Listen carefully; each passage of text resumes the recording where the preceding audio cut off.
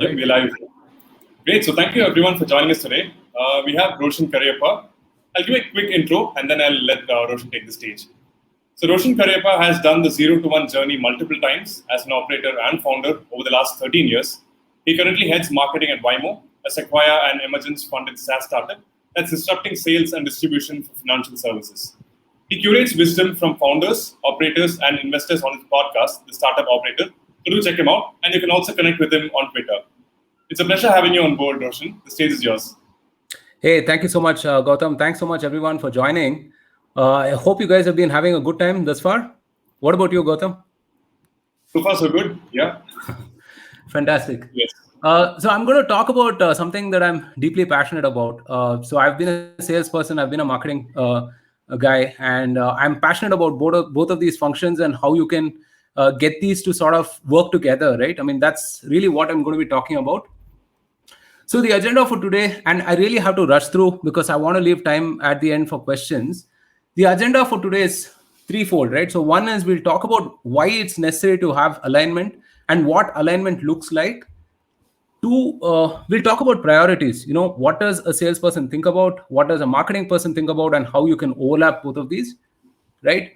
And then I will give you 9 actionable ideas that you can put into practice at your office, immediately, right? Again, these are ideas and not hacks, right? Which brings me to my one and only disclaimer for this session, which is that please filter everything by relevance and priority, right?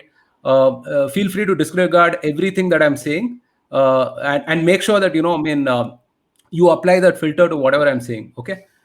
With that out of the way, why me, why now, right?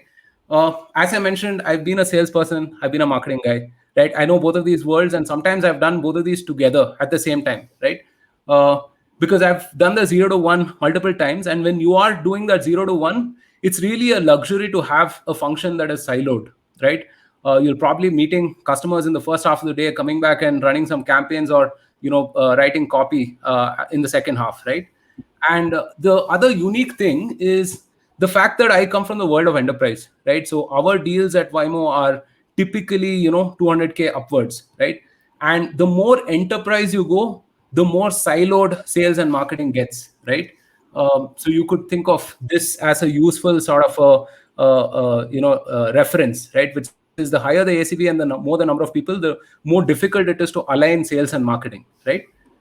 All right. So why sales and marketing from an organization perspective?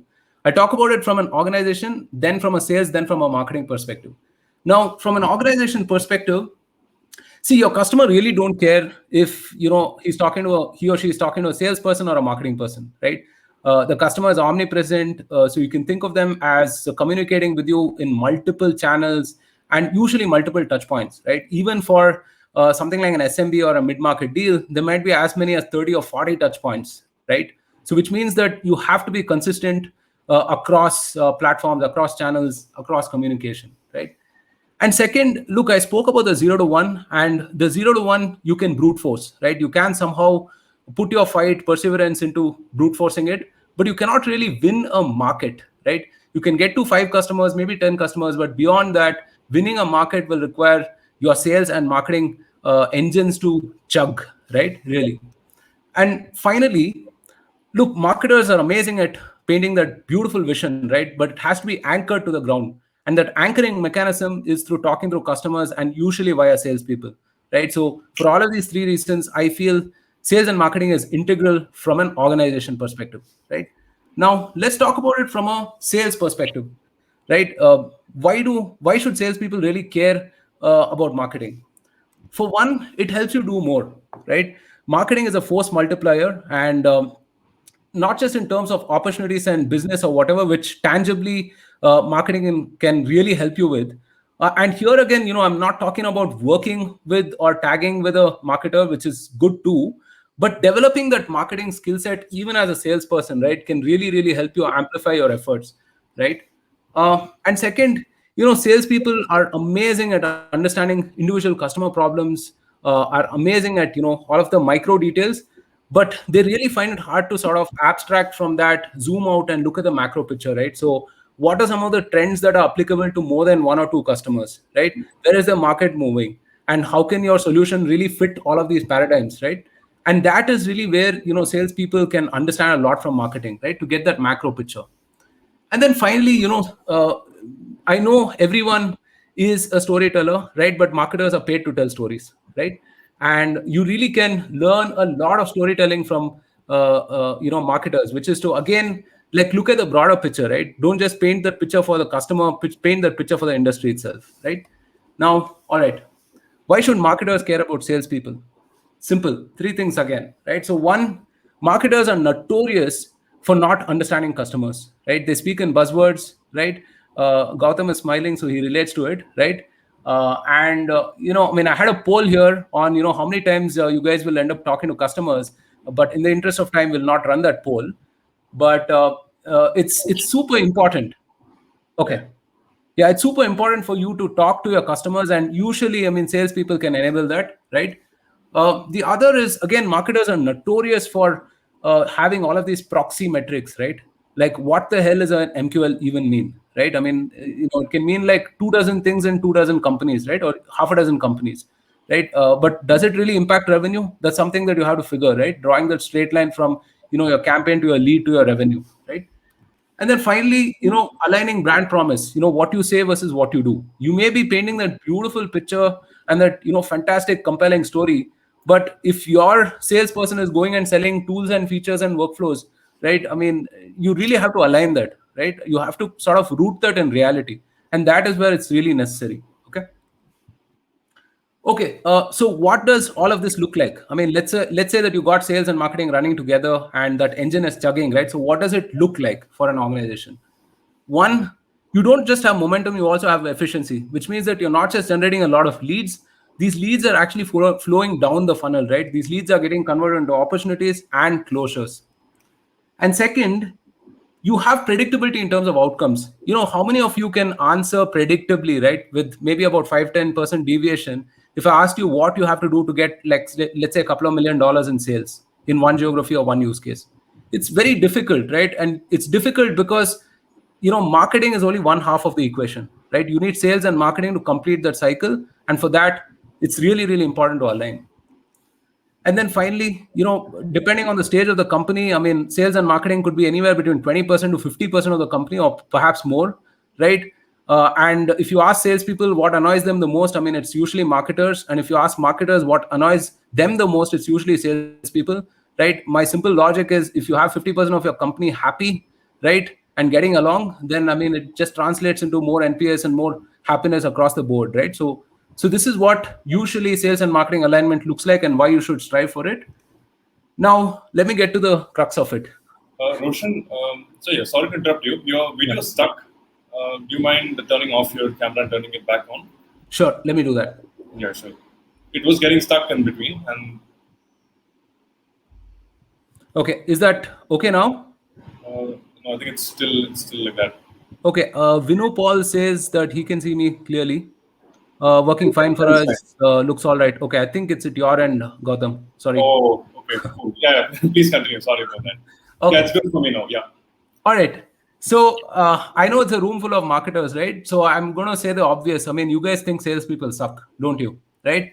And they suck for a variety of reasons. So number one, they suck because they don't care about your leads or opportunities, obviously, right? Number two, they don't really give you any information. You would like some paragraphs of information about what really happened to that particular lead that you gave on Monday evening, right?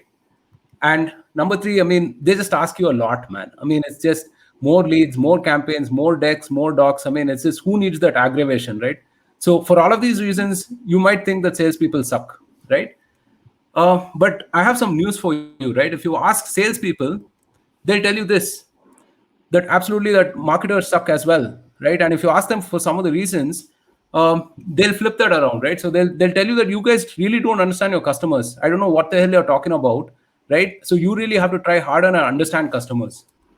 They'll tell you that your MQLs or whatever else you call your leads really doesn't translate into revenue, right? It has no impact at all, doesn't move the needle.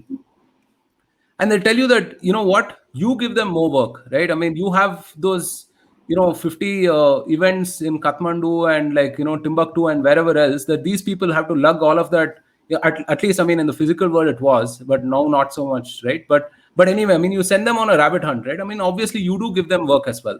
Okay. Now, who is right? I don't want to be judge or jury on this, right? And I don't want to say that one person is right or the other is right. Really, it doesn't. It's not useful. It's not useful to think in terms of binaries and in terms of who's right and who's not.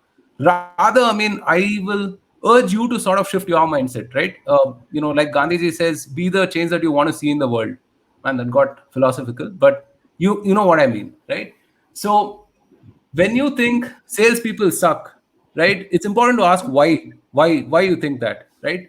So you think they don't give a damn about your leads, but why should they? Why should they care, right? The last 5 or 10 leads, do you know what happened with them, right? Do you know that what the customer wanted, what the prospect wanted, why it didn't convert, etc.? If you don't, you should, right?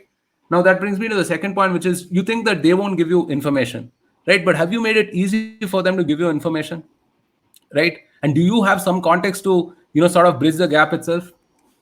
And finally, if you think they ask a lot, right, you have to figure out why. Because something clearly is fundamentally broken, right? I mean, maybe you haven't templatized processes, maybe you haven't templatized knowledge, whatever it is, right? So you really have to push back and ask why. So the funda is simple, right? I mean, reduce friction, build empathy, and help them win. And that is when you will understand what their context is like, right? And that, maybe then you will sort of revisit this whole notion of thinking salespeople suck, right? And again, I know it's a largely marketing crowd, so I want to humor them as well, right? So again, if salespeople think marketers suck, it's important to ask why, right? If you think as a salesperson that your marketers don't really understand customers, you need to ask why. Why is that the case, right? Have you enabled them in that sense, right? I mean, if you haven't, then you have to probably ask the hard questions to yourself, right? And then you think that we chase vanity metrics, right? See, again, here I betrayed my, betrayed my sympathies. I said B, right? So you think marketers chase vanity metrics, but you draw a straight line between campaigns and revenue, boss. I will give you whatever you want, right? So you have to chase these metrics. I mean, you have to make them mean something at the end, but try to understand why these metrics are the way they are, right? And finally, you think they give you work, but why do you think that is? Do they sense an opportunity? Do they see potential in doing that, right? Ask yourself that question. And again, same thing, right? Reduce friction, build empathy, and proactively help people win, right? That's the only thing that you have to do when you think about these things, right? See, but all of this is fine, right? All of this is still at a very tactical layer, right? Fundamentally, it requires a mindset shift, right? And fundamentally, it requires a mindset shift from both marketers and salespeople in terms of thinking like, how can I help you help me, right? And which means from a sales perspective, get your salespeople to think more beyond quotas to actually what the customer is thinking or what the market is like, right? And get your marketers to really index to revenue. Your campaigns are great. I mean, your leads are amazing, I'm sure, right? But see if it has that impact, right? And always like have that as a moral compass to whatever you're doing. And finally, you should have a GTM play in motion, right? Maybe pick a really siloed thing, maybe pick like a small very tactical objective, right? But get your sales and marketing teams working together. It could be some small outbound campaign or whatever, and put them together in a room and help them like run this campaign, right? And you will see that it reaps a lot more rewards, right? And they'll end up learning more about each other, right? All right, so I'm going to give you 9 actionable ideas for better alignment. And again, I'm at the 14-minute mark, and I don't want Gautam to get angry, so I'm going to run through these as soon as possible, right? So again, you might have some questions on these. Feel free to shoot them. See, fundamentally, I feel it's a culture problem, right? And this goes way beyond sales or marketing, right? As a startup, you always have to get people to index first to company, then to the function, then to the team. Always, right? And if you do that, whether it's like for sales and finance, sales and marketing, or or marketing and product, or whatever else, right? I mean, you will get the right kind of culture, right? And it'll automatically sort of fix itself. Having that culture, I mean, as they say, right, culture eats a process for breakfast or snack, right? So have that culture in that company. I am often surprised when I talk to founders about or even salespeople about how little cadence they have with their marketing teams, right? So you need to run a cadence with your sales and marketing teams. right? I mean, they need to be catching up at least a couple of times a week on, hey, what the hell happened to those 10 leads that I gave you last week, right? What is really happening? What can we do better? Because you have to simultaneously tweak both the sourcing and the engagement. Like I said, sales is just one half of the equation, marketing is just one half of the equation, right? And finally, you have to develop a shared vocabulary and a process, right? See, what does a MQL mean, right? What does it mean? And what do you expect your salesperson to do with that MQL, right?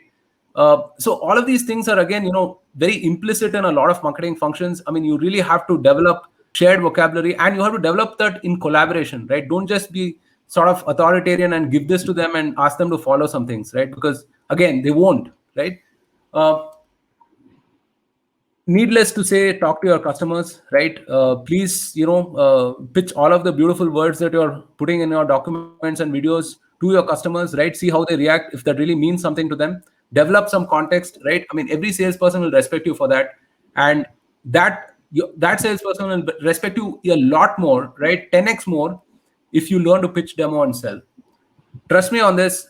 I work in an enterprise team. Our product is fairly complex. No two deployments look the same. I know how to demo and I know how to sell, right? And that's been a lot of hard work, but it's been worth it. It's been really, really worth it, right? At this point of time, I'm running a couple of opportunities. Usually every week I'm on sales calls, right? It's super, super helpful for you to develop that context. And finally, move beyond generating leads, right? Don't just be happy with just churning your leads and running your campaigns and whatnot. Go beyond that and see how you can actually push these opportunities to closure, right? So talk to your sales guy, understand what are some 3 or 4 late stage opportunities and what you can do to kind of push them to closures. Like, again, source the problem from them, source the challenge from them, right? Is IT involved? Who else is involved, right? Who's our champion? What can we do to kind of mitigate the risks and so on, right? Work with them actively to kind of close these opportunities. My final 3, as I mentioned, drive ABM campaigns, pick a very pointed objective, get people working together. And a lot of the knowledge has to be institutionalized, right? Even when it comes to sales enablement. See, the reason why you have your salesperson come every day or every week to you and ask you for more decks and videos is perhaps there is no repository or there's no standard repository. There's perhaps, 50 variations of that, right? So one thing that we've done in Waymo is we've hived off a separate team for sales enablement, right? So that has been really beneficial for us. And man, just have an informal catch up, right? I mean, if you guys are passionate enough, you'll end up talking about customers, right? You'll talk about some funny conversations that you had or something weird that happened, right? End up talking about customers informally, and you will learn a lot through osmosis, okay? And finally, the end result, I hope with all of these ideas, you'll be able to achieve some love, right? So love your salesperson, love your marketing person, right? And that can be really, really helpful for you, okay? And if you have to follow a few people, here are 3 or 4 people that I really recommend. Of course, Jason Lemkin, for a SaaS audience, that's like, it's du jour, right? Of course, you have to follow Jason Lemkin. And then Dave Gerard for marketing. The great thing about Dave is that, the fact is that he's very, very empathetic to salespeople as well, right? And maybe you guys don't know him as much. Brian G. Burns is downright the funniest person on LinkedIn, man. He's really, really funny. And he just dunks on marketers all the time. And I really love it because you can get that other perspective, right? And of course, Rory is the god of advertising and branding. He wrote a wonderful book, Alchemy, which I highly, highly recommend that you guys read. So that's that for me. So Gautam, how are we doing on time? We are right on time, Roshan. So yeah, we have around 4 minutes. We'll quickly finish the Q&A. So I'll push them on stage. You can answer them, Roshan. Sure. Guys, this is usually a 1 hour session, so I've somehow crunched it to 15 minutes. Okay. Thank you for that. How to make marketing team more involved in revenue generation rather than just stopping at generating leads and giving it to sales. Okay, that's great. Do you think a commission would help? A couple of things, right? So one is, I think definitely, look, people are going to index to whatever you're going to ask them to index, whatever you're going to ask them to do, right? If you're going to give lead targets, don't expect marketers to step outside of that and then do something else, right? People may do, right? I have done it before, but it's wrong to expect that, right? So think really carefully at various stages about what kind of metrics you give these people, right? In the 0 to 1, obviously you need to index on momentum, right? You need to get people to generate as many leads as possible, Without leads, there's no optimizing leads, right? But once you're past, you really have to start looking at conversion metrics, right? How much of your MQL is converting into SQL? How much of your SQL is converting into opportunities? How much of your opportunities is converting into closures? And really, at each of these points in the funnel, what can marketing do to accelerate these things, right? That's something that as a founder or as a leader, you really have to proactively ask yourself and then pick the right metric to offer them, right? It could be something like improving MQL to SQL conversions, for instance, right? And at some point of time, I mean, you should definitely give a revenue target to marketing, right? For example, I'm indexed on a revenue target, right? And it's super useful. You should do it, but at some point of time, right? It'll be unfair to sort of start things off on a revenue target for a nascent marketing team, right? So I guess that answers your question, Hari. Feel free to reach out to me after this. I mean, I could help you with that. The next one stays here. How to make sales? Okay, can we take another a question from another person? I mean, because we've answered one question from Hari already. Sorry, Hari. Yeah, we have Nihal from SaaStalk. Do you think that marketing teams need to get access to sales enablement tools to understand? Yeah, for sure. Look, I mean, so that's something that's really helped for us, right? One is to have like an outreach sort of a tool to really put things in motion, to develop sales enablement and make sure that your salesperson is really using the kind of things that you develop, right? We use a tool called Playbook.ai, run by a good friend of mine, Shomitra. Do check it out. It helps you automate your cadences and orchestrations. Then get something like a Chorus or Gong or whatever else, right? I mean, to listen into your customers. You can even do low-tech stuff, right? I mean, these days most of the meetings are on Zoom. Get your salespeople to record their meetings, put it in a repository, and really listen to them, right? So that's really important. See, technology is not the blocker, right? In fact, I feel there's a preponderance of technology, so it's not a blocker by any means. I think really it's about attitude and will, right? The willingness to put in the time to learn that. Yeah. We have time for one last question, so we'll be winding up after this. This came in the chat section. I'll present it there. Yeah. Okay. In my early days, cop sales, the natural path. Sorry, I couldn't read that question. Oh, wait. Could you read that out? Yeah. So we have Vinu Paul. So in my early days, being a part of IHCL Corp sales team, the natural path to becoming a marketing person was having been a salesperson for a sufficient amount of time. I think this philosophy works wonders in generating effective marketing folks. What do you think? Absolutely. See, I mean, since it's the end of the session almost, let me end with a story, right? So one thing I realized in 2008, after I finished my engineering and spent about 2 or 3 months in the refinery, is that I never wanted to go back to engineering ever, right? I mean, it was not my idea of fun to push switches and pull levers in 45 degrees heat in the desert, right? It was just not that. And I was contemplating different careers, and I happened to have this conversation with an elderly relative, right? And he was a lawyer, right? Point to note. And he was telling me about how salespeople are all liars, right? I mean, they lie for a living, and this was coming from a lawyer, right? So note the irony in that, right? And I happened to ask him, hey, what about these marketing folks, right? And he says straight-faced, marketing folks are just a lot more efficient liars, right? They lie to a wider base of people and they tell more lies per person, right? And now you would think that something like that would have turned me off of sales and marketing, but it was a choice between supposedly lying and then definitely killing myself with engineering. So I chose the less harmful option, right? It just helps a great deal to be a salesperson who has transitioned into marketing, right? And it's not too late to be a salesperson if you're already in the marketing field, right? I mean, it really, really helps.